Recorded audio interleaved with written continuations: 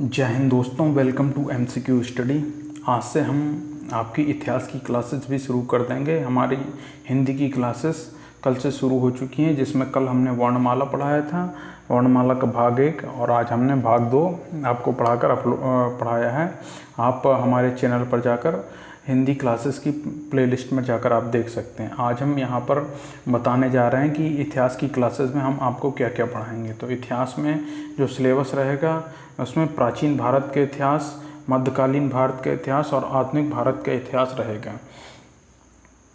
तो हम प्राचीन भारत के इतिहास में पाषाण काल के बारे में बात करेंगे, कब से कब तक रहा, पत्थरों का प्रयोग से फिर मानव किस प्रकार विकसित हुआ। फिर सैंधव सभ्यता के बारे में बात करेंगे, सिंधु घाटी सभ्यता किस नदी के आसपास बसी थी, वहाँ के विभिन्न शहरों से हमें क्या प्राप्त हुआ और वो उनकी भाषा किस हिसाब से थी, वहाँ पर वो लोग किस प्रकार का धार्मिक जीवन जीते थे, ये वगैरह वगैरह रहेगा। फिर वैदिक काल में रहेगा कि वैदिक काल की वहाँ पे क्या विशेषताएं थीं, किस प्रकार से वैदिक काल वाले अपना जीवन यापन करते थे, उस बारे में बताया जाएगा। बौद्ध धर्म के बारे में, जैन धर्म के बारे में। अब यहाँ से महाजनपद काल शुरू हो जाता है। वैदिक काल के बाद से द्वितीय नगरीकरण का काल शुरू होता है, क्योंकि सैंधव सभ्यता प्रथम नगरीकरण का काल था और यहाँ पर द्वितीय नगरीकरण का काल शुरू हो जाता है महाजनपद काल से। तो यहाँ पर बौद्ध धर्म, जैन धर्म और शैव भागवत धर्म और 6ठी शताब्दी यानी 600 BC की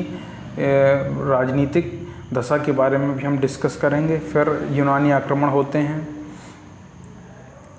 मौर्य साम्राज्य किस प्रकार से बनता है, किस प्रकार से चंद्रगुप्त मौर्य साम्राज्य की स्थापना करते हैं चाणक्य की मदद से। फिर मौर्योत्तर काल के बारे में बात करेंगे, गुप्त और गुप्तोत्तर काल के बारे में भी हम आपसे बात करेंगे। फिर प्राचीन भारत में किस प्रकार की स्थापत्य कला थी, कौन कौन से मंदिर, कौन कौन से स्मारक प्राचीन काल में बनाए गए। फिर हम दक्षिण भारत के इतिहास के बारे में भी हम बात करेंगे। दक्षिण भारत चोल, चालुक्य, पल्लव और संगम युग, इन सब के बारे में बात करेंगे। उसके बाद प्राचीन साहित्य और साहित्यकार के बारे में बात करेंगे, किसने कौन सी बुक लिखी।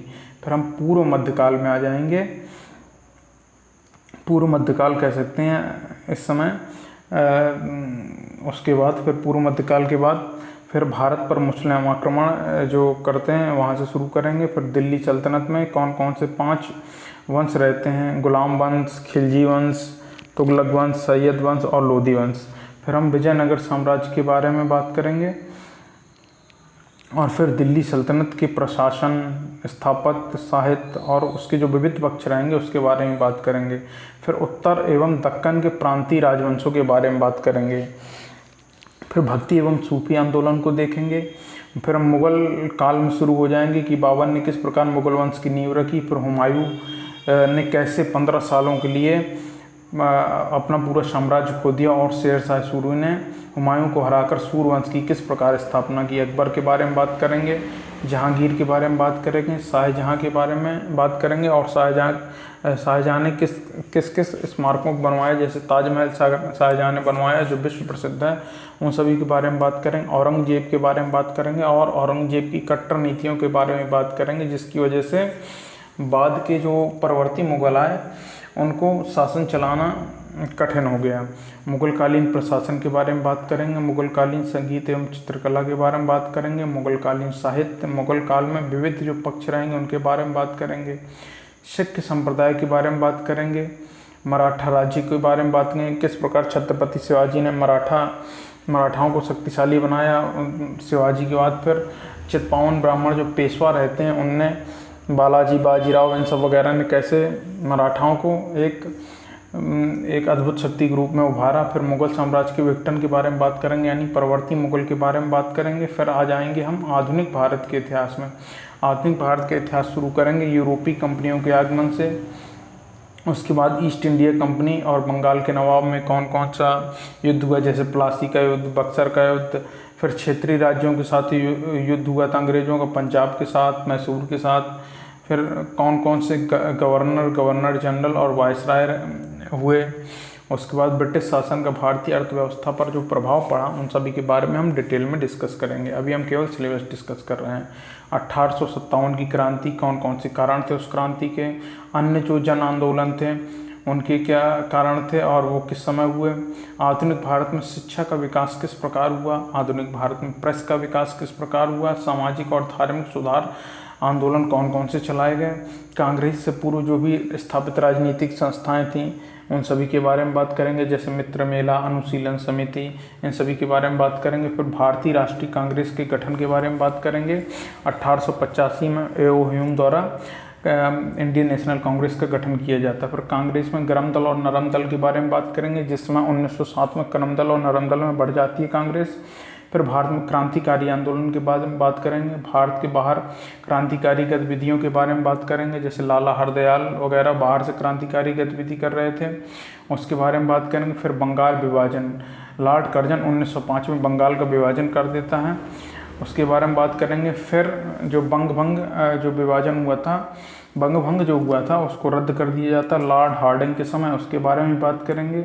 कांग्रेस का बनारस, कलकत्ता एवं सूरत अधिवेशन के बारे में बात करेंगे, क्योंकि प्रमुख है सूरत अधिवेशन में कांग्रेस गर्म दल और नरम दल में बढ़ जाती है। मुस्लिम लीग का गठन हुआ, उसके बारे में बात करेंगे। इसके अलावा और जो रहे हैं माल्य मिंटो सुधार के बारे में बात करेंगे। दिल्ली दरबार और राजधानी परिवर्तन जो 1911 में हुआ था उसके बारे में बात करेंगे।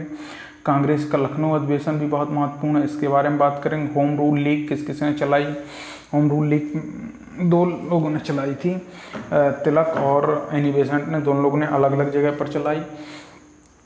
और गांधी और उनके प्रारंभिक आंदोलनों के बारे में बात करेंगे, जैसे चंपारण इन सब आंदोलन और असहयोग आंदोलन, इन सभी के बारे में बात करेंगे। किसान आंदोलन, किसान सभाओं के बारे में बात करेंगे। ट्रेड यूनियन और साम्यवादी दल कब गठित हुए उनके बारे में बात करेंगे।